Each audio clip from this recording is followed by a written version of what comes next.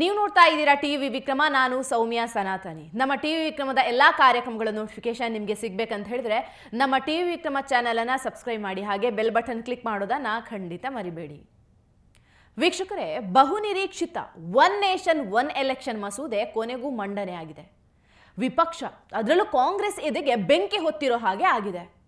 ದೇಶದಲ್ಲಿ ಏಕ ಚುನಾವಣೆ ಬಂದ್ರೆ ಪ್ರಜೆಗಳಿಗೆ ಆಯ್ಕೆ ಮಾಡೋಕೆ ಅನುಕೂಲ ಆಗುತ್ತೆ, ಚುನಾವಣಾ ಖರ್ಚು ವೆಚ್ಚ ಕಡಿಮೆ ಆಗುತ್ತೆ, ಗೋಲ್ಮಾಲ್ಗಳು ಆದಷ್ಟು ಕಡಿಮೆ ಆಗುತ್ತೆ, ಪ್ರತಿನಿಧಿಗಳ ಆಯ್ಕೆಯು ಸುಲಭ ಆಗುತ್ತೆ. ಹೀಗೆ ಹಲವಾರು ಘನ ಉದ್ದೇಶಗಳಿಂದ ಏಕ ಚುನಾವಣೆ ಮಸೂದೆ ತರೋದಕ್ಕೆ ಮೋದಿ ಸರ್ಕಾರ ಕಳೆದ 10 ವರ್ಷಗಳಿಂದ ಸಾಹಸ ಮಾಡ್ತಾ ಇದೆ. ಆದರೆ ಅದು ಯಾವತ್ತಿಗೂ ಸಾಧ್ಯ ಆಗಬಾರ್ದು ಅಂತ ಕಾಂಗ್ರೆಸ್ ಮತ್ತು ಇನ್ನು ಕೆಲವು ಪಕ್ಷಗಳು ಅಡ್ಡಗಾಲು ಹಾಕ್ತಾ ಇದೆ. ಇನ್ಫ್ಯಾಕ್ಟ್ ಪ್ರತಿಯೊಂದು ಪಕ್ಷದಲ್ಲೂ ಹಲವಾರು ಮುಖಂಡರಿಗೆ ಏಕ ಚುನಾವಣೆ ನಡೀಲಿ ಅಂತ ಇದೆ. ಆದರೆ ಇವಿಎಂ ಮೇಲೆ ಗೂಬೆ ಕೂರಿಸೋ ನಾಯಕರು, ಒಕ್ಕೂಟ ವ್ಯವಸ್ಥೆಯನ್ನ ತಮಗೆ ಅನುಕೂಲ ಆಗೋ ತರಹ ಬಿಂಬಿಸೋರು ಈ ಏಕ ಚುನಾವಣೆಯನ್ನ ವಿರೋಧ ಮಾಡ್ತಾ ಇದ್ದಾರೆ. ನಿನ್ನೆ ಮಂಡನೆಯಾಗಿದ್ದು 2 ತಿದ್ದುಪಡಿಗಳಿರುವಂಥ ಒಂದು ಮಸೂದೆಯನ್ನ, 129ನೇ ತಿದ್ದುಪಡಿ ಮಸೂದೆ ಹಾಗೆ ಯೂನಿಯನ್ ಟೆರಿಟರಿಗಳ ಕಾನೂನು ತಿದ್ದುಪಡಿ ಮಸೂದೆ.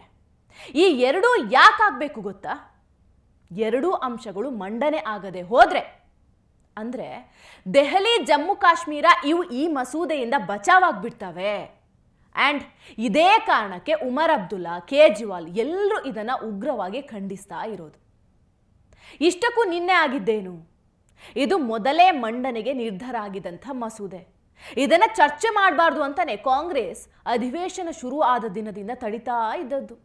अध्यक्ष जी, 1983 से चुनाव आयोग ने अपनी वार्षिक रिपोर्ट में लोकसभा और विधानसभाओं के चुनाव एक साथ कराने का विचार किया. 41 साल से पेंडिंग है ये. अलग अलग कमेटियों ने भी किया, स्टैंडिंग कमेटी ने भी किया, फिर एचएलसी गठित हुई और ये कह रहे दलों से बात नहीं हुई.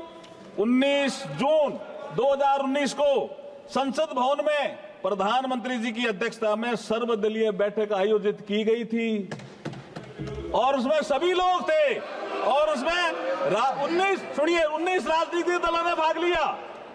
16 राजनीतिक दलों ने चुनाव एक साथ कराने का समर्थन किया, 3 ने विरोध किया. तो इसका मतलब बहुमत हमारे साथ था.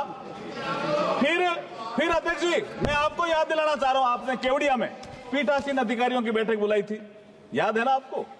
प्रधानमंत्री जी ने केवड़िया, गुजरात में 26 नवंबर 2020 को 80वें अखिल भारतीय पीठासीन अधिकारी सम्मेलन के समापन सत्र में भी संबोधन के दौरान एक साथ चुनाव कराने की बात रखी. आपने इसको डिस्कस किया. सारे स्टेट के जो प्रिजाइडिंग ऑफिसर थे वो इससे सहमत थे. ಕೇಂದ್ರ ಸಚಿವ ಅರ್ಜುನ್ ಮೇಘವಾಲ್ ನಿನ್ನೆ ಮಸೂದೆಯನ್ನ ಮಂಡಿಸ್ತಾ ಇದ್ದ ಹಾಗೆ ಗಲಾಟೆ ಶುರುವಾಯಿತು. ಇದನ್ನ ಮತಕ್ಕೆ ಹಾಕಬೇಕು ಅಂತ ಆಗ್ರಹ ಶುರು ಮಾಡ್ತು ವಿಪಕ್ಷ. ಸದನ ಓಕೆ ಅಂತ मतदानಕ್ಕೆ ಒಪ್ತು. जो सदस्य विरोध में ना के मेरे विचार में निर्णय ना वालों के पक्ष में हुआ. जी, अब मतदान नाउ डिवीजन. महासचिव